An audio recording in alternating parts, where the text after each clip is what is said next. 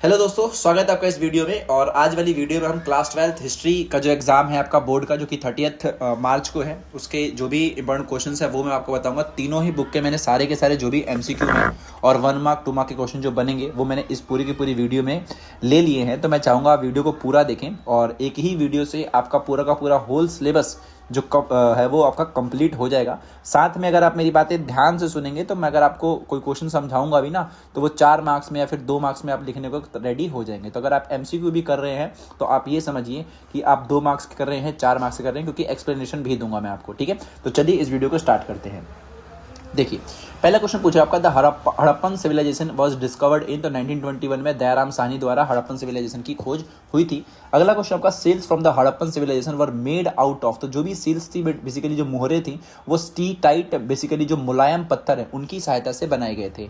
अगला क्वेश्चन आपका, विच of the following statement is not correct. तो इन चारों में अगर आप देखेंगे तो जो ऑप्शन नंबर आपका सी देखते हैं कि the Harappan script was written from left to right, ये आपका गलत है, क्योंकि जो हड़प्पन स्क्रिप्ट थी बेसिकली आपका वो राइट टू लेफ्ट के में लिखी जाती थी और यही वाला इसमें बाकी जो 3 है वो सही हैं और जो ऑप्शन नंबर सी आप देखते हैं वो आपका इनकरेक्ट है। ओके, चलिए अगला क्वेश्चन आपका, आइडेंटिफाई द करेक्ट स्टेटमेंट। तो इनमें हमें बताना है कौन सी स्टेटमेंट जो आपकी है वो सही है। तो जो आप पहला देख रहे हैं और जो तीसरा देख रहे हैं वो आपका सही है, यानी कि जो आपका लैपिस lazuli है was brought from the Shortugai, जो कि आपका अफगानिस्तान में है, और जो आपका ब्लैक कॉपर है बेसिकली ये ओमान से बेसिकली लाया जाता था। तो ये दोनों बातें बेसिकली क्या है, आपका करेक्ट स्टेटमेंट है। और जो आपका कार्नेलियन है एंड द गोल्ड है ये दोनों गलत है, क्योंकि आप सभी को मालूम है कि गोल्ड जो आपका था वो मेसोपोटामिया से नहीं लाया गया था। गोल्ड जो आपका था वो भारत के कर्नाटक या फिर भारत के साउथ के हिस्से से लाया जाता था। ठीक है, तो यहाँ पर 2 ही सेंटेंस सही हैं आपका, एक आपका लेपिस lazuli जो कि from Afghanistan and the copper is from Oman.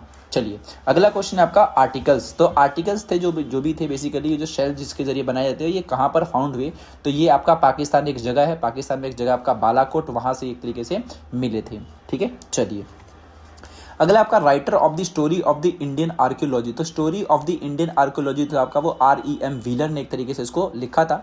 अगला आपका मगान वर्ड है जो कि मेसोपोटामिया के टेक्स्ट में मिला था, और source of black copper. Basically ये जो दोनों वर्ड आप देख रहे हैं मगान और ब्लैक कॉपर, ये दोनों जो थे आपका वो ओमान से संबंधित शब्द हैं। ठीक है, चलिए नवा क्वेश्चन है, re write the sentence after correction. तो Egyptian civilisation was parallel to Harappan civilisation, जो कि आपका गलत है। इसका सही सेंटेंस हम बनाएंगे भाई कि Egyptian civilisation was contemporary to Harappan civilisation. ठीक है, अगला आपका है the estimate wells in the Mohenjodaro. तो मोहनजोदाड़ो में कितने एक तरीके से कुएं थे। तो यहाँ पर मैंने अप्रोक्सीमेटली 600 दिखा रखे हैं, बट अगर आप बुक वगैरह में देखेंगे तो वहाँ पर 700 के आसपास भी दिखाया जाता है, तो यहाँ पर आप 700 भी कर सकते हैं। अगला है आपका, the main feature of Harappan script was. तो main feature of Harappan script was to कि इसको जो था आपका राइट टू लेफ्ट बेसिकली लिखा गया था। तो इन चारों में अगर आप देखेंगे ऑप्शन नंबर बी, तो वहां पर आपको देखने को मिल रहा है कि राइट टू लेफ्ट जो आपका था वो इसका एक फीचर है, यानी कि उसको राइट और से लेके लेफ्ट की तरफ लिखा करते थे। हम नॉर्मल अगर आप देखेंगे तो हम लेफ्ट टू राइट लिखते हैं, बट अब जो आपका हड़प्पन स्क्रिप्ट थी बेसिकली लिपि थी वो राइट टू लेफ्ट लिखी जाती थी। ठीक है, चलिए अगला आपका है, Harappa and Mohenjodaro are located in. ये जो दोनों की दोनों जगह है अभी के समय पर पाकिस्तान में है, भारत में इन दोनों में से कोई जगह नहीं रही।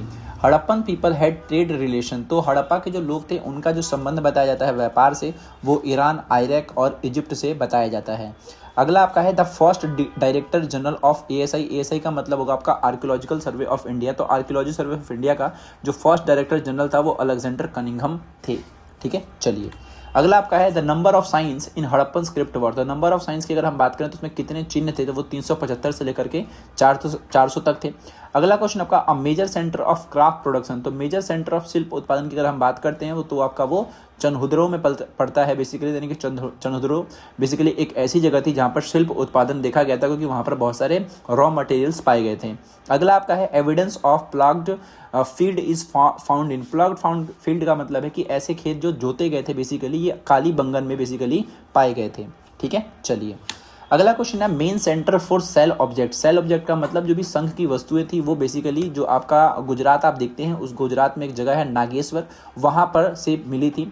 और अगला क्वेश्चन है आपका, the main reason for decline of Harappan civilisation. तो इसमें तीनों के तीनों जो ऑप्शन है वो आपके सही हैं, यानी कि climate change, frequent famine and the natural disaster is all are correct. तो आप ऑप्शन नंबर डी करके इसको टिक कर सकते हैं, क्योंकि जो आपका हड़प्पन सिविलाइजेशन था उसके तीनों के तीनों जो कारण है उसके खत्म होने के वो सही है। तो option number D all of the above was is right answer. Okay, चलिए अगला चैप्टर आ गया आपका, तो which of the following is the powerful Vakataka queen who offer land grants. तो इसमें वकाटक कहानी के हिसाब से अगर हम देखें तो इसमें जो प्रभावती गुप्त थी उन्होंने ही भूमि का दान किया था, क्योंकि वो बहुत ही ज़्यादा एक तरीके से अमीर थी, शक्तिशाली थी।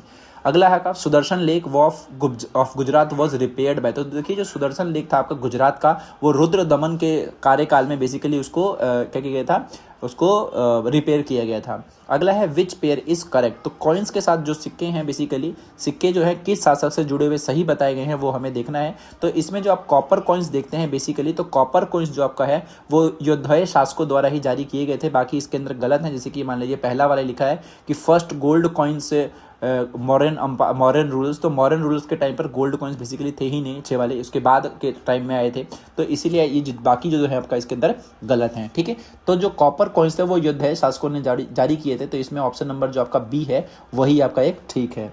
ठीक है, चलिए इसमें मैच द फॉलोइंग है जो कि मैंने सही लिखा हुआ है। तो 1838 कॉमन एरा में अगर हम बात करें तो जेम्स प्रिंसेप में बेसिकली खरोष्टी और ब्राह्मी लिपि को पढ़ के बता दिया था। 1784 कॉमन एरा में formation of Bengal Asiatic Society की स्थापना करी गई थी। 321 बिफोर क्राइस्ट एरा की अगर हम बात करें तो वहाँ पर चंद्रगुप्त मौर्य का शासन स्टार्ट हुआ था। एंड द 78 क्राइस्ट एरा की बात करूँ तो मैं जो कनिष्क था बेसिकली उसका एक्सेशन हुआ था, यानी कि वो आए थे। ठीक है, चलिए अगला आपका कंसीडर द स्टेटमेंट। तो growth of Magadha lead to Mauryan empire, बिल्कुल सही है। There were 5 major political centres Maurya empire में, ये भी सही है आपका। ठीक है, और तीसरा आपका धम्म मोहम्मद स्प्रेड धम्मा, बेसिकली जो अशोक के थे। तो इसमें जो है तीनों के तीनों जो स्टेटमेंट है आपका वो सही है, तो मैंने सीधा इसके अंदर लिख दिया है कि ये करेक्ट आंसर आपका डी है, मैंने ऑप्शन नहीं लिखे ABC वाले। तो इसमें जो तीनों के तीनों जो स्टेटमेंट है वो सही है। छठा क्वेश्चन देखते हैं, inscriptions by Ashoka were written in. तो जो भी अशोका से जुड़े हुए जो भी शिलालेख थे बेसिकली जो अशोका ने लिखवाए थे, उन्होंने वो ब्राह्मी, खरोष्ठी, ठीक है, और देवनागरी, बेसिकली ब्राह्मी हो गया, खरोष्ठी हो गया और एरामाइक हो गया। देवनागरी में नहीं था आपका, तो वो पहला, तीसरा और चौथा is the right answer. Okay, चलिए अगला आपका है main achievements of James Prinsep. देखिए जेम्स प्रिंसेप की अगर मेन अचीवमेंट की बात करें तो उन्होंने ब्राह्मी और खरोष्ठी लिपि का बेसिकली उन्होंने अर्थ निकाल दिया था 1838 में, तो ये उनकी मेन अचीवमेंट आती है। ऑथर ऑफ इंडिया की अगर मैं बात करता हूँ तो मेगास्थनीज थे। इसके अलावा इन्होंने ही वो किताब लिखी थी जिसमें उन्होंने बताया था कि जो मिलिट्री थी बेसिकली 1+6 सब कमिटीज़ में एक तरीके से डिवाइडेड थी, तो वो उसी किताब में ही था, मेगास्थनीज की किताब में ही था, इंडिका किताब में, जिसमें उन्होंने वहाँ की मिलिट्री एक्टिविटीज़ के बारे में बताया था। ओके, चलिए अगला आपका डॉक्ट्रिन ऑफ धम्मा की अगर हम बात करें तो ये जो स्टार्ट हुआ था आपका अशोका के जरिए होता। जो जातक कथाएं थी वो बुद्ध से जुड़ी हुई थी, और जो हर्ष चरित की अगर मैं बात करता हूँ तो ये एक ब्राह्मण ने लिखा था, ब्राह्मण या फिर मंत्री की मैं बात करता हूँ तो उसने लिखा था, जिसका नाम था बाण भट्ट। तो बाण भट्ट जो है उसने क्या लिखा था, हर्ष चरित, जो राजा हर्षवर्धन जो थे उनके बारे में जो किताब है वो थी एक तरीके से। तो ऑप्शन नंबर जो सी है आपका वो सही आंसर है। अगला आपका क्वेश्चन है सेठी। तो सेठी जो थे बेसिकली रिच बिजनेसमैन थे जो कि आपके साउथ इंडिया से जुड़े हुए थे। फर्स्ट गोल्ड कॉइन्स की अगर मैं बात करूँ तो कुषाण शासकों ने एक तरीके से जारी किए थे, और सबसे बेहतरीन सिक्के जो सोने के जारी किए गए थे वो गुप्त शासकों द्वारा जारी किए गए थे। इनिशियल कैपिटल ऑफ मगध की अगर मैं बात करूँ तो जो सबसे पहले जो राजधानी थी वो राजगीर थी, बाद में पाटलिपुत्र भी हुई। तो राजगीर के बाद क्या बना था आपका, पाटलिपुत्र बना था। और पाटलिपुत्र की अगर मैं बात करूँ अभी के समय में तो पाटलिपुत्र ही आज के समय में अपना पटना है। 20th क्वेश्चन है आपका, फेमस बुक अष्टाध्यायी। देखिए अष्टाध्यायी जो था आपका वो पाणिनि ने लिखा था, तो यहाँ पर option number A is the right answer. ठीक है, चलिए अगला आपका है the critical edition of Mahabharata was prepared by VS Sukthankar. तो VS सुथांकर ने ही बेसिकली इसको कंपाइल किया था, जो भी महाभारत का क्रिटिकल एडिशन था। अगर मैं बात करूं चांडाल्स के ड्यूटीज की, तो इसको जो था आपका मनुस्मृति की जो किताब है उसके अंदर लिखा गया था, मतलब जो भी उनके कर्तव्य थे या फिर जो काम थे वो इसी में लिखे गए थे। ठीक हो, चलिए क्वेश्चन नंबर 4 को देखते हैं। विच पॉलिसीज वर अडॉप्टेड बाय ब्राह्मण टू एनफोर्स कास्ट सिस्टम। तो अगर बात करूं मैं कि कौन कौन सी पॉलिसी जो थी ब्राह्मण द्वारा यूज करी गई थी कास्ट सिस्टम को एनफोर्स करने के लिए, तो उन्होंने बताया था कि ये जो आपकी व्यवस्था है बेसिकली भगवान ने बना करके दी है, और इसमें जो भी आपका प्रेस्टीज है वो आपको बेस्ड ऑन बर्थ होगा, और ये सब जो चीज़ें थी, जो भी रूल्स वगैरह थे, वो राजा को बोला जाता था कि आप जो है इसको लागू कराएंगे या फिर इसकी आप मतलब देखें कोई इसको फॉलो नहीं करा तो आप उसको दंड देंगे। और इन तरीकों के जरिए ब्राह्मण्स ने क्या किया था, इन सभी पॉलिसीज को एनफोर्स कराया था। अगर बात करें मार्टिलिनेज की यानी कि मातृवंशिकता की, तो ये जो आपका पॉपुलर था वो सातवाहन डायनेस्टी के रूप में था, क्योंकि वो अपने नाम से पहले अपनी माताओं के नाम को जोड़ के लिखते थे। अगला इसमें है कौरव वॉन द महाभारत वर, जो कि गलत है आपका। पांडव जो थे वो महाभारत, एक तरीके से महाभारत की जो भी मतलब युद्ध हुआ था उसमें वो जीते थे, ठीक है। तो करेक्ट सेंटेंस क्या होगा कि Pandavs won the war. Okay, चलिए। Dash denied social status based on birth, तो बर्थ पे अगर जो मतलब जो भी सोशल स्टेटस था बर्थ के जरिए इस चीज़ को डिनाई जो किया था वो महात्मा बुद्ध ने करा था। टोटल नंबर ऑफ वर्णास की अगर हम बात करें तो वो 4 है। और मनुस्मृति की अगर मैं कंपाइल की बात करूँ तो 500 बिफोर कॉमन एरा से लेकर के 500 कॉमन एरा के बीच की ये कहानी है। तो जो भी मनुस्मृति है वो कब कंपाइल करी गई भाई, तो option number A is the right answer. चलिए, अगला क्वेश्चन आपका, द टर्म वानिक, वानिक का मतलब होता है व्यापारी, तो जो भी बिजनेसमैन होते हैं उनसे ये जुड़ा हुआ शब्द है। अगला आपका है Charaka and the Shruta Samhita, Samhita basically are related to चिकित्सा विज्ञान, बेसिकली आयुर्वेद से जुड़े हुए ये शब्द हैं बेसिकली, ठीक है। तो चराका और सश्रुता संहिता, संहिता का मतलब एक तरीके से किताब भी आप समझ सकते हैं। तो चिकित्सा विज्ञान से जुड़ी हुई किताबें दोनों हैं, यानी कि आयुर्वेदा से। चलिए, अगला आपका है execution of at the Hastinapur started, तो हस्तिनापुर की जो खुदाई हुई थी बेसिकली वो 1951 से लेकर 52 के बीच में हुई थी, जो कि आपका यूपी का एक गांव पड़ता है। अगला क्वेश्चन है आपका मीनिंग ऑफ नरेशन इज, तो नरेशन की अगर हम बात करें तो ये एक ऐसी चीज़ होती है जिसमें जो भी स्टोरीज होती हैं उनका कलेक्शन होता है। होली टेक्स्ट ऑफ बुद्धिज्म की बात करूं तो बुद्धिज्म की जो धार्मिक किताब है वो त्रिपिटक है, सुत्त पिटक, विनय पिटक और अभिधम पिटक। तो 3 इस तरीके से अलग अलग क्या है इसके अंदर पिटक हैं, जिनको 3 टोकरियां भी कहा जाता है, जिसमें अलग अलग बातें हैं। एक में जीवन से जुड़ी हुई बातें हैं, एक में नियम से जुड़ी हुई बातें हैं, एक में दर्शन शास्त्र से जुड़ी हुई बातें हैं जो बुद्ध ने बेसिकली बताई हैं। तो वही आपका त्रिपिटक है। चलिए, अगला आपका है ऋग्वेद वॉज कंपाइल्ड बिटवीन, तो ऋग्वेद की अगर मैं बात करता हूँ तो 1500 से लेकर के 1000 बिफोर क्राइस्ट एरा के आसपास में वो एक तरीके से कंपाइल करी गई थी, जो कि सबसे आपका ओल्डेस्ट वैदिक टेक्स्ट है। अगला क्वेश्चन है आपका, why is the first millennium before Christ era considered a turning point in history, तो बेसिकली इस वक्त क्या हुआ था कि बहुत सारे जो विचारक थे, बुद्ध हो गए, महावीर हो गए, ईरान के हो गए या फिर चाइना के हो गए, चाइना में बहुत सारे विचारक हुए, ईरान के बहुत सारे विचारक हुए, तो इन लोगों का एक बेसिकली क्या हुआ था, जन्म हुआ, या फिर इस समय ये लोग जो थे वो फेमस हुए थे। इसीलिए इस वाले काल को काफ़ी ज़्यादा टर्निंग पॉइंट बताया जाता है, जिन्होंने बेसिकली जीवन से जुड़ी हुई बातें बताई, धरती से जुड़ी हुई जो बातें बताई, ठीक है। इसी समय में सामाजिक आर्थिक परिवर्तन हुए, तो इसीलिए ये एक ऐसा समय बताया जाता है जिसको टर्निंग पॉइंट हिस्ट्री में माना जाता है। अगला क्वेश्चन है आपका, It seems to me a suicidal policy to allow the country to be looted of ancient art, तो ये जो वर्ड है आपका बेसिकली जेम्स प्रिंसप ने कहे थे, जेम्स प्रिंसप के बारे में आपको बताया भी, ठीक है। अगला आपका है, dash consider Sanchi as a centre of tree and the serpent worship, तो सर्पेंट वर्शिप का मतलब वृक्ष एवं नाग पूजा से जुड़ी हुई जो भी सेंटर ऑफ ट्री थी बेसिकली, ये जो आपका कथन है बेसिकली ये फर्ग्यूसन ने बताया था, ठीक है। तो ऑप्शन नंबर सी जो होगा आपका वो सही आंसर होगा, ठीक है। चलिए, अगला क्वेश्चन आपका, name number of avatars in the Vaishnavism, तो वैष्णविज्म की अगर बात करें तो उसमें 10 अवतार की बात करी गई है, 10 अलग अलग अवतार की। On how did I make it refers to, तो on how did I make it refers to Sanchi Stupa construction, यानी कि सांची के स्तूप के निर्माण से जुड़ा हुआ ये कथन है। बेसिकली ये क्वेश्चन तो नहीं आएगा लेकिन आप ये पढ़ लें। अगला आपका है, आइडेंटिफाई द करेक्ट स्टेटमेंट, तो इसमें जो ऑप्शन नंबर डी है, पुरान्स इवॉल्व थ्रू इंटरेक्शन, ये आपका सही है। बाकी जो तीनों वर्ड हैं आपके वो गलत हैं, जैसे कि मान लीजिए बी ही आप देखिए, उसमें क्या लिखा है, 12 अवतार्स इन द वैष्णविज्म, जो कि गलत है। वैष्णविज्म में 10 अवतार की बात करी गई है। और अर्ली टेम्पल्स की बात करूँ तो पहले वो क्या हुआ करते थे, छोटे हुआ करते थे, तो इसमें यहाँ पर लार्ज लिखा है, इसलिए आंसर आपका गलत है। ओके, चलिए, अगला क्वेश्चन है आपका, फेमस स्तूपा नियर भोपाल, तो भोपाल के पास जो फेमस स्तूप था बेसिकली वो सांची का था। और after 1st century before Christ era Buddhism divided in 2 branches, Hinayana and the Mahayana, and the literal meaning of Tripitaka is 3 baskets. Okay, तो ये तीनों क्वेश्चन भी हमारा हो गया। चलिए, अगला क्वेश्चन आपका, ऑथर ऑफ बुद्धचरित, तो बुद्धचरित जो था आपका वो अश्वघोष ने लिखा था। और टीचिंग ऑफ बुद्धा की अगर बात करूँ तो वो सुत्त पिटक में है, जैसे कि मैंने आपको बताया कि जो आपका त्रिपिटक था वो अलग अलग था, सुत्त पिटक, विनय पिटक और अभिधम पिटक। तो जो भी बुद्ध से जुड़ी हुई जो शिक्षाएं थी वो सुत्त पिटक में थी, विनय वाले में एक तरीके से नियम थे, और जो अभिधम है उसमें दर्शन शास्त्र से जुड़ी हुई बातें थी। अगला आपका है, Indian museum Kolkata establish in, तो इंडियन म्यूजियम जो कि आपका कोलकाता में इस्टेब्लिश किया गया था वो 1814 क्राइस्ट एरा में स्थापित किया गया था। अगला क्वेश्चन है आपका, Sanchi became world heritage site in 1989। Okay, चलिए, अगला आपका है, मैच द फॉलोइंग, तो अल बिरूनी जो था आपका वो उज्बेकिस्तान का, Marco Polo from Italy, and the Ibn Battuta is from Morocco, and the François Bernier is from France. Okay, तो ये आपका सही का सही है। अगला क्वेश्चन आपका हु रॉट द बुक किताब अल हिंद, तो किताब अल हिंद जो था बेसिकली अल बिरूनी ने लिखा था, जो कि फ्रॉम उज्बेकिस्तान का था। अगला है आपका correct statement about Francois Bernier, तो जो फ्रांसवा बर्नियर था बेसिकली उसने क्या किया, जो भी चीज़ें लिखी उसने इंडिया और यूरोप से जोड़ करके लिखी, उनका कंपैरिजन किया। वो डॉक्टर था, फिलोसफर था, एक हिस्टोरियन भी था। वो इंडिया में 1656 से लेकर के 1668 तक रहा, और साथ में उसने जो भी ऑब्जर्वेशन करा वो काफ़ी डिटेल्ड किया। तो चारों के चारों जो ऑप्शन है आपके वो सही हैं। अगला आपका है when did Ibn Battuta came to India, तो इब्न बतूता जो था आपका वो 1333 में आफ्टर डोमिनी बेसिकली वो आया था, anno domini, not after domini, anno domini okay में आया था। Urban population in Mughal period की हम बात करते हैं तो उस वक्त जो अर्बन पॉपुलेशन थी बेसिकली जो शहरी जनसंख्या थी वो 15% के आसपास थी जब मुगल आए थे।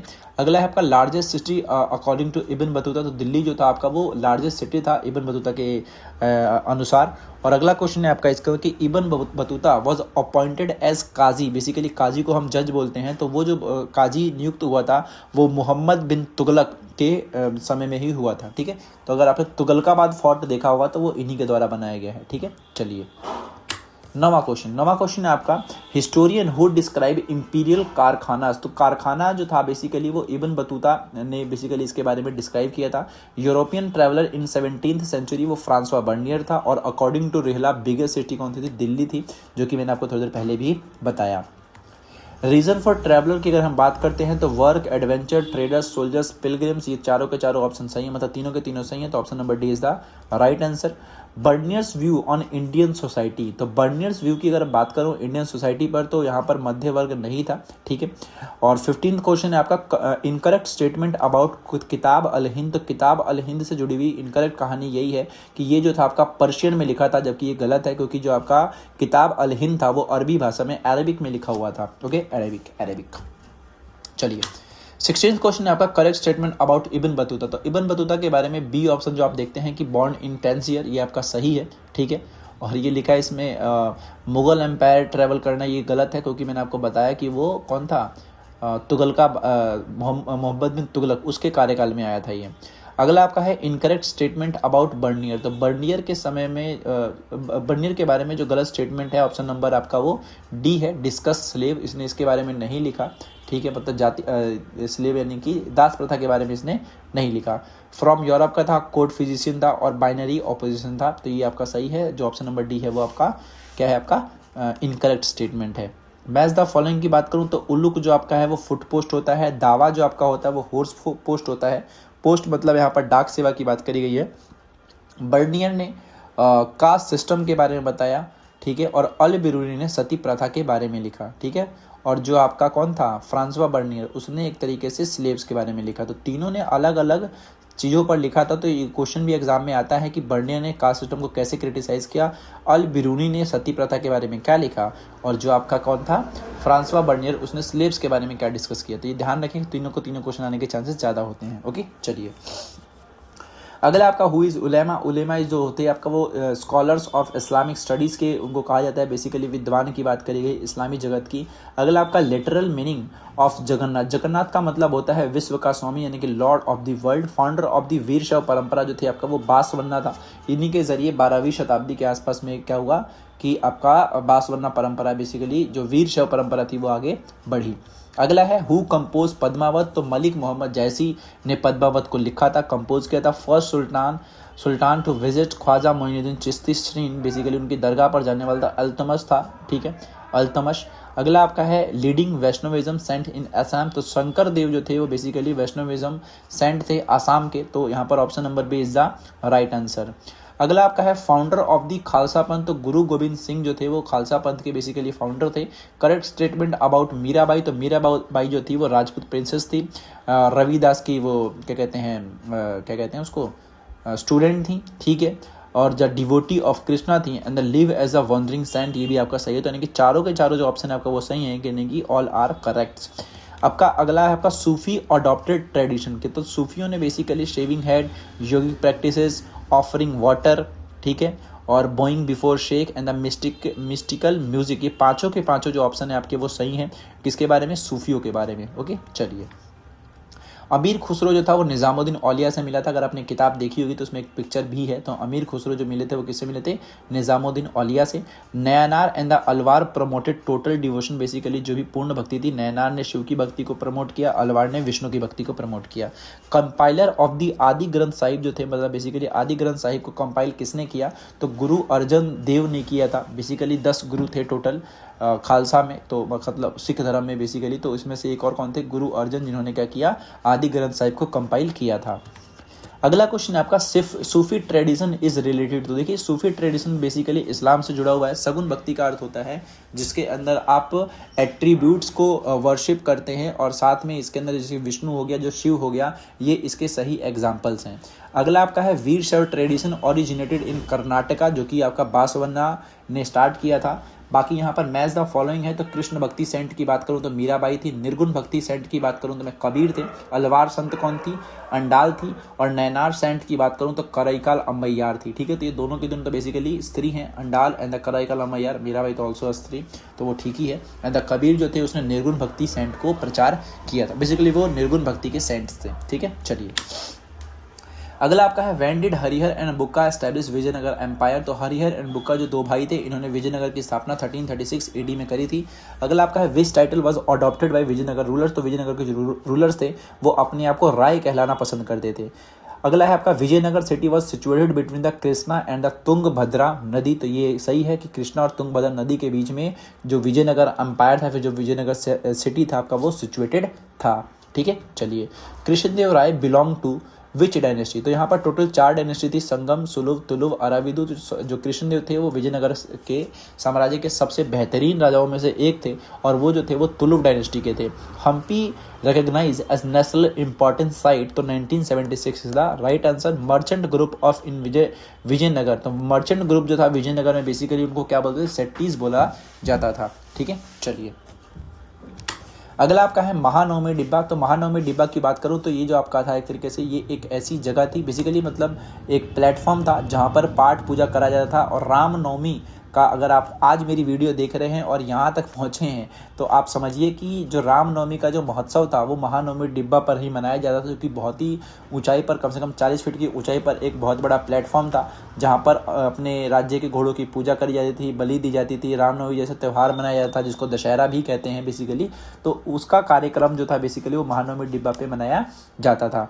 अगला इसमें मैच द फॉलोइंग है, जो कि मैंने सही लिखा हुआ है यहाँ पे। Abdul Razzaq is from Persia, Niccolo Conti from Italy, and the Barbosa Duarte Barbosa is from Portugal, and the Nikitin is from Russia. ठीक है, तो ये जो इसमें मैच द फॉलोइंग है आपका वो सही है। चलिए Vijayanagara rulers kept strong army. तो जो भी रूलर्स थे बेसिकली उन्होंने क्यों रखा हुआ था ये कैप्ट आर्मी? ताकि अपने आप को जो भी डेक्कन था बेसिकली वहाँ के रूलर से अपने आप को बचा सकें। Reason of conflict with Deccan sultan अगर बात करूँ तो पॉलिटिकल, कल्चर और इकोनॉमिक तीनों के तीनों रीज़न हो सकते हैं जिसकी वजह से दक्कन के सुल्तानों से उनका झगड़ा होता रहता था। वर्क नॉट डन बाय अमर नायका। तो अमर नायका का काम जो था वो टैक्स को कलेक्ट करना था, प्रोवाइड आर्मी बेसिकली राजा को, और जो भी टेम्पल्स वगैरह था उसको मेंटेन करना। बाकी इनका काम ये नहीं था कि वो पॉलिसी वगैरह बनाए, क्योंकि वो राजा का काम था। तो option number B is incorrect about Amar Nayak pranali. Okay, चलिए ये भी एक क्वेश्चन आता है नायक और अमर नायक में डिफरेंस करने का। अगला क्वेश्चन है आपका वर्क ऑफ कृष्णदेव राय। तो वर्क ऑफ कृष्णदेव राय की बात करूं तो वो जो भी लिखा होगा एक तरीके से अमुक्त मलयाद जो एक किताब है इसके अंदर लिखा गया है। Number of dynasty in Vijayanagara तो 4 था, संगम, सुलभ, तुलु और अराविदु 4 इसमें डायनेस्टी थी, तो ये आप बता सकते हैं। पीरियड ऑफ कृष्णदेव राय, तो पीरियड ऑफ कृष्णदेव राय की अगर मैं बात करता हूँ तो 1509 से लेकर के 1529 तक उनका कार्यकाल बताया जाता है, जो कि काफ़ी ज़्यादा सुनहरा या फिर मान लीजिए गोल्डन टाइम बताया जाता है कृष्णदेव राय के कार्यकाल को। अगला आपका है प्रमोशन ऑफ एग्रीकल्चर। तो डैम्स एंड द कनाल्स के जरिए ऐसा करा गया ताकि जो एग्रीकल्चर है उसमें कोई दिक्कत वगैरह ना पहुंचे लोगों को। ठीक है, अगला आपका है इनकरेक्ट स्टेटमेंट अबाउट कृष्णदेव राय। तो कृष्णदेव राय ने बेसिकली सेक्रीफिशियल सिस्टम को स्टॉप किया, ये गलत है। बाकी उन्होंने गोपुरम बनाए, नगलपुरम बनाए, और जो भी रायचूर दोआब था उस हिस्से को उन्होंने वापस से कैप्चर किया युद्ध के जरिए। तो ये तीनों तो बातें सही हैं। बाकी जो ऑप्शन नंबर डी है कि उन्होंने सेक्रीफिशियल जो सिस्टम था उसको रुकवाया था, ये ऐसा आंसर नहीं बताएंगे आप। Term use for peasant in Mughal period, तो मुगल पीरियड में पीजेंट्स के लिए क्या यूज होता था, रैयत उनको बोला जाता था। आईने अकबरी जो था आपका वो 1598 एनो डोमिनी के समय में लिखी गई थी। आईने अकबरी बेसिकली अकबर के कार्यकाल से जुड़ी हुई थी। फंक्शन ऑफ विलेज हेडमैन, तो बेसिकली जो भी गाँव का मुखिया था उसका काम क्या था, तो उसको एल्डर्स द्वारा चुना जाता था, जमींदार द्वारा अप्रूव किया जाता था, और उसका काम था जो भी अकाउंट्स वगैरह है उसको सुपरवाइज करना। तो option number D is all of the above is are correct. तो आप इसमें तीनों पॉइंट बता सकते हैं कि हेडमैन का ये काम हुआ करता था। ओके, चलिए अगला आपका है मीनिंग ऑफ जिनसे कामिल। देखिए जिनसे कामिल का मतलब होता है ऐसी फसलें जो बहुत ही ज़्यादा उत्तम थी, उन्हीं को बोला गया जिनसे बहुत सारा पैसा बन सकता था। तो परफेक्ट क्रॉप जो लिखा है इसमें ये सही है। अगला आपका है women's land owners found in, तो वुमेन्स लैंड ओनर थी बेसिकली जो जमीनों की मालिक हुआ करती थी वो बंगाल में मिला करती थी। इंडिविजुअल प्रॉपर्टी ऑफ लैंडलॉर्ड, तो इंडिविजुअल प्रॉपर्टी ऑफ लैंडलॉर्ड जो थी वो मिल्कियत का नाम था, बेसिकली मिल्कियत कहलाती थी। तो ऑप्शन नंबर क्वेश्चन नंबर 6 का option number C is right answer. ठीक है, चलिए करेक्ट स्टेटमेंट अबाउट आईने अकबरी, तो आईने अकबरी के बारे में कौन सी बातें सही हैं, तो मंजिल आबादी हाउस होल्ड, सिपाह आबादी army and the admin and the मुल्क आबादी इज फ्रॉम रेवेन्यू डिटेल्स। तो यहाँ पर जो लिखा हुआ है D all of the above, ये आपका सही है, नहीं कि जो तीनों वर्ड हैं ये तीनों इसके बारे में सही डिफाइन कर रहे हैं। अगला आपका है Ahom kings belong to Assam, तो अहोम के जो राजा थे बेसिकली वो असम से बिलोंग करते हैं। Mughal ruler who ban tobacco, तो जहांगीर जो था उसने बेसिकली तंबाकू को बेसिकली क्या किया था, बैन किया था। तो जहांगीर था वो एक तरीके से जिसने ये चीज़ करी थी। चलिए अगर बात करूँ विलेजेस की पॉपुलेशन की तो वो 85% था।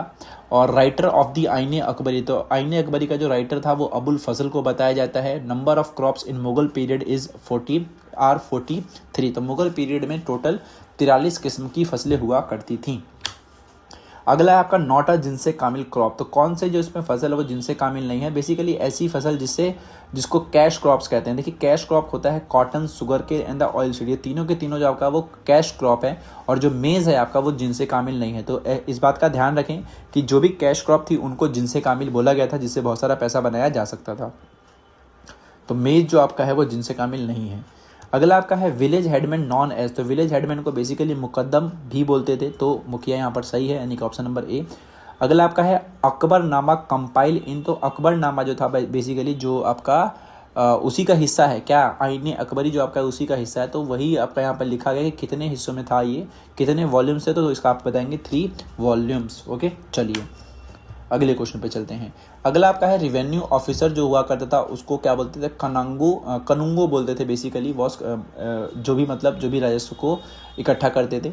अगला आपका है Giovanni Careri came to India in 1692, तो जो ये व्यक्ति है बेसिकली जो भी ट्रेवलर्स का रिकॉर्ड यहाँ पर बताया जा रहा है वो 1692 में आया था। रिकॉर्ड्स ऑफ जजमानी सिस्टम, तो जजमानी व्यवस्था जो था बेसिकली आपका वो 18th सेंचुरी में आया था। और मुगल पीरियड में जो कॉइन्स यूज हुआ करते थे वो सिल्वर के हुआ करते थे, यानी कि option number A is the right answer. Okay, चलिए how did the Paharis earn their livelihood, तो पहाड़ी जो लोग थे वो अपना जीवन यापन कैसे करते थे, तो वो झूम खेती करते थे, महुआ के फूल इकट्ठा करते थे और रेशम के कोकून बनाते थे जो वो बाजारों में बेचते थे। तो option number A B C सही है, तो option number D all of the above is right. Permanent settlement जो था आपका वो बंगाल में सबसे पहले स्थापित किया गया था। बंगाल बहुत बड़ा था तो वहाँ पर इस वाले टैक्स सिस्टम को लाया गया था, परमानेंट सेटलमेंट। और अगला क्वेश्चन आपका 5th रिपोर्ट कब आई थी ब्रिटिश पार्लियामेंट में, तो 1813 में जो आपका ब्रिटिश पार्लियामेंट था वहाँ पर 5th रिपोर्ट को लाया गया था। बेसिकली इसमें जो ईस्ट इंडिया कंपनी थी उसके जो भी काम वाम था उसके बारे में बताया गया था 5th रिपोर्ट में। अगला आपका है सिंबल ऑफ संथाल, तो सिंबल ऑफ संथाल की बात करूँ तो संथालों का जो प्रतीक था वो बो एंड द एरो था, ठीक है, धनुष बाण बेसिकली। अगला इसके अंदर है आइडेंटिफाई द ट्राइब, तो कॉल्ड पाइनियर सेटलर जिनको अग्रणी बसने वाले लोग बोला गया। और पहाड़ी स्ट्रगल विद देम, तो पहाड़िया लोग जो थे किससे बेसिकली उनका संघर्ष हुआ था वो संथाल ही थे, ठीक है। तो पहाड़िया और संथालों के बीच में लड़ाई झगड़ा हुआ था, जो संथालों को लेकर गए थे अंग्रेज वाले कि इनको भाई सही से रहना सिखाओ, और इसीलिए इनकी लड़ाई हो गई। ब्रिटिशर्स वर्ल्ड कॉल्ड दीकूज, जो कि गलत है, बेसिकली जो भी आउटसाइडर्स थे उनको डीकू बोला गया, including Britishers, traders and the money landers. Okay, चलिए अगला आपका है tax system in Bombay Deccan, तो बॉम्बे डेक्कन में बेसिकली जो टैक्स सिस्टम था आपका वो रैयतवाड़ी था। जैसे कि वहाँ पर परमानेंट सेटलमेंट था बंगाल में, वैसे ही जो बॉम्बे डेक्कन वाला इलाका देखते हैं बेसिकली साउथ इंडिया, वहाँ पर रैयतवाड़ी सिस्टम था। अगला आपका है परमानेंट सेटलमेंट इम्प्लीमेंटेड इन 1793, ये आपका सही है। और परमानेंट सेटलमेंट के टाइम पर कौन गवर्नर जनरल था, तो लॉर्ड कॉर्नवालिस ही थे, तो option number C is the right answer. Okay, चलिए अगला है आपका 12वां क्वेश्चन, जमींदार्स ऑफिशियल अगर बात करूं तो गुमस्ता सही है यहाँ पर। रिच पेजेंट इन बंगाल जो थे वो जोतदार थे, बहुत ही ज़्यादा पावरफुल थे, बहुत पैसे वाले हुआ करते थे। जो 5th रिपोर्ट की अगर मैं बात करूँ पेजों की संख्या की, तो इसमें टोटल 1002 पेजेस हुआ करते थे। अगला आपका है फार्मिंग ऑफ पहाड़ियाज। तो फार्मिंग ऑफ पहाड़ियाज की बात करूँ तो वो झूम खेती करा करते थे। जो पहाड़िया लोग थे वो राजमहल की पहाड़ियों में रहते थे। और अगर बात करूँ संथाल की ज़मीनों को क्या बोला गया था, वो दामिनी कोह बोला गया था, जो अंग्रेजों ने उनको दी थी। ठीक है, चलिए अगला आपका है burning of account book starting from. तो सुपा विलेज में ही जो भी अकाउंट बुक थी उनको जला दिया गया था लोगों द्वारा, जो भी वहाँ के लोग थे। और British city famous for cotton textile. तो कौन सी सिटी है जो कॉटन टेक्सटाइल की बहुत ज़्यादा फेमस थी, तो मैनचेस्टर जो था आपका वो बहुत ही ज़्यादा फेमस था। राजमहल की जो पहाड़ियाँ थी वो झारखंड में बेसिकली लोकेटेड थी। तो यहाँ पर option number D is the right answer. Okay, चलिए अगला क्वेश्चन आपका leader of rebellion in Lucknow. तो लखनऊ में जो लीडर थे बेसिकली वो कौन थे, वो बिरजिस कद्र थे, जो कि कौन थे, जो नवाब वाहिद अली शाह हैं उनके बेटे थे। ठीक है, बिरजिस कद्र जो थे आपके वो कौन थे, लखनऊ में रिबेलियन के लीडर्स थे।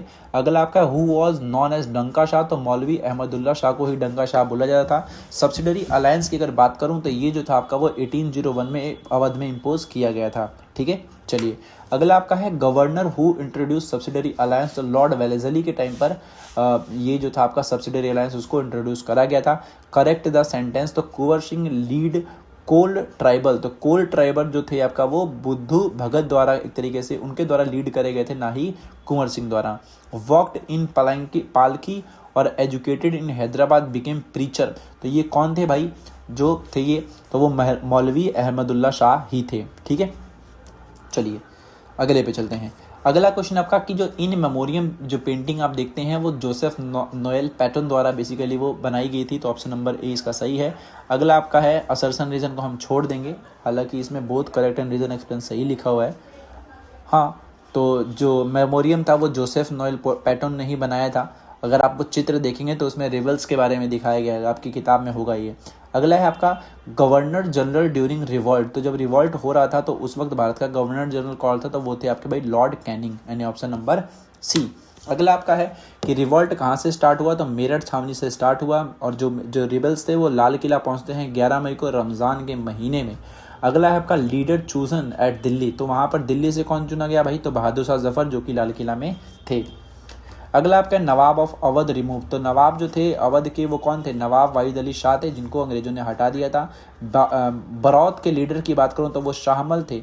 और इमीडिएट कॉज ऑफ रिवॉल्ट की अगर बात करूं तो वो था आपका भाई चर्बी वाले कारतूस, जिसकी वजह से एक तरीके से जो आपका रिवॉल्ट था वो एक तरीके से फैला था। इमीडिएट कॉज था ये। ठीक है, चलिए अगला क्वेश्चन आपका most wide spread revolt area. तो कौन से एरिया में सबसे बड़े स्तर पर रिवॉल्ट हुआ, तो वो था आपका अवध।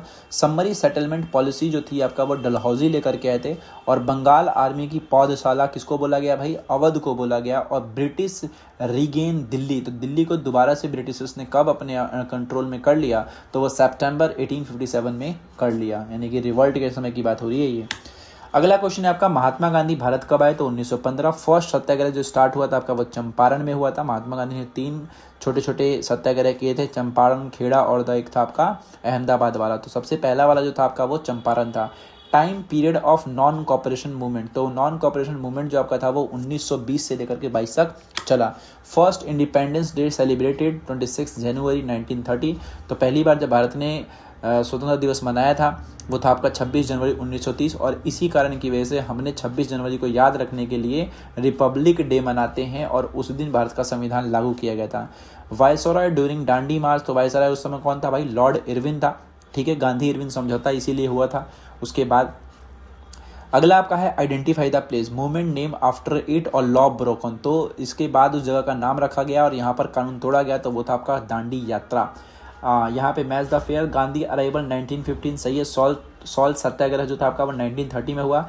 जलियांवाला बाग मैसेकर जो आपका हुआ था वो 1990 में हुआ था। और क्विट इंडिया मूवमेंट जो था आपका वो 1942 में हुआ था। ओके, चलिए अगला आपका है करेक्ट द सेंटेंस।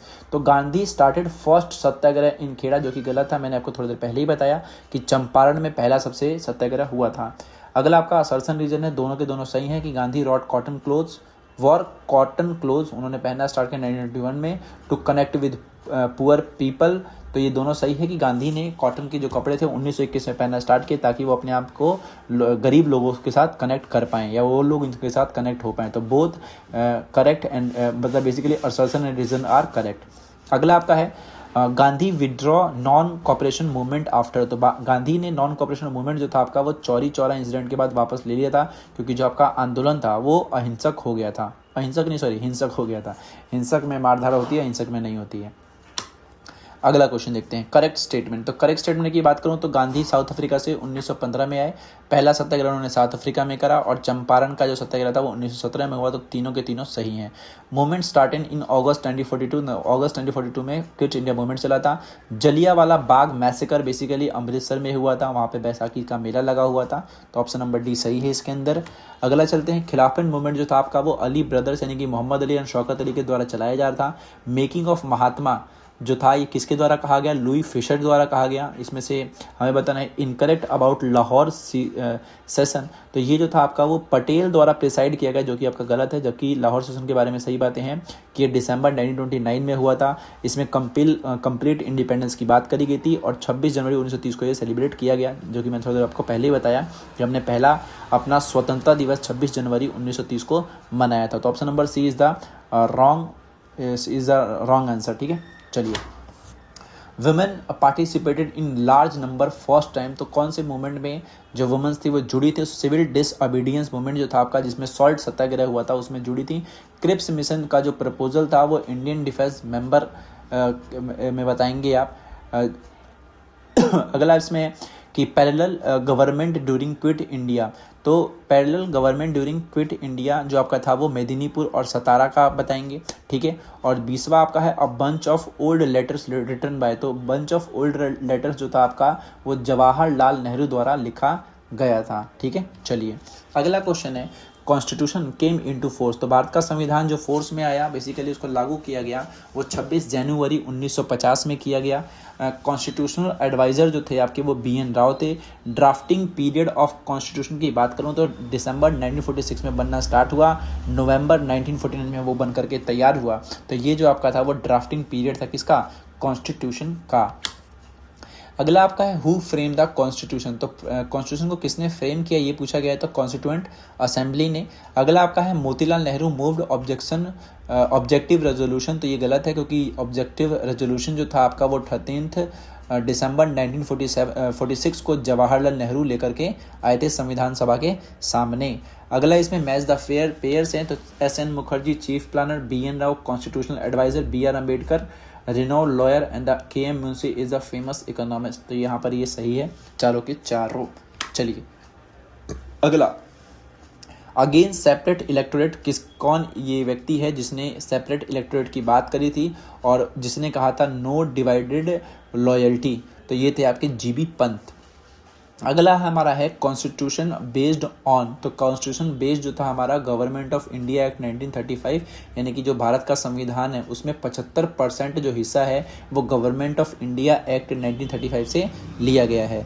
अगला आपका है हंसा मेहता डिमांडेड, उन्होंने क्या डिमांड किया, तो भाई हंसा मेहता ने बेसिकली वुमेन्स के लिए जस्टिस की डिमांड करी थी।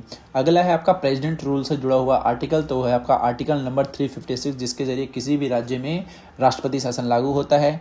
अगला आपका है प्रेसिडेंट ऑफ कॉन्स्टिट्यूशनल असेंबली, तो वो थे आपके राजेंद्र प्रसाद और ड्राफ्टिंग कमेटी के जो थे वो डॉक्टर BR अम्बेडकर थे। सिविल सर्विस रिलेटेड मेंबर, तो कौन व्यक्ति हैं जो सिविल सर्विसेज से जुड़े हुए थे और वो संविधान सभा के हिस्सा थे बेसिकली, तो जो BN राव आप देखते हैं और SN मुंशी देखते हैं बेसिकली ये जो थे वो सिविल सर्विस से जुड़े हुए मेंबर्स थे जो कि संविधान सभा में। अगला आपका है ऑब्जेक्टिव रेजोल्यूशन को कब लाया गया, तो 13 दिसंबर 1946 को जवाहरलाल नेहरू द्वारा लाया गया। सपोर्टर ऑफ सेपरेट इलेक्टोरेट, तो B पोकर बहादुर जो थे वो सेपरेट इलेक्टोरेट के सपोर्टर थे। ठीक है, तो ये हो गया हमारा, और ये सारे के सारे क्वेश्चन थे जो हमने कर लिया, तीनों ही बुक को हमने इसमें कवर किया। और अगर आपको कोई भी क्वेश्चन में डाउट वगैरह लगता है तो आप मुझे कमेंट में पूछ सकते हैं, आई विल रिप्लाई। ओके, और जो भी आपको और पूछना है अगर इंपॉर्टेंट क्वेश्चंस को लेकर के तो आप मुझे कमेंट लिखेंगे तो मैं एक और वीडियो बना दूंगा आज ही, ताकि एग्ज़ाम से पहले आपके पास कुछ इंपॉर्टेंट क्वेश्चंस भी हो जाएं। ठीक है, तो चलिए मिलता हूं मैं आपसे अब अगली वीडियो में, तब तक के लिए गुड बाय।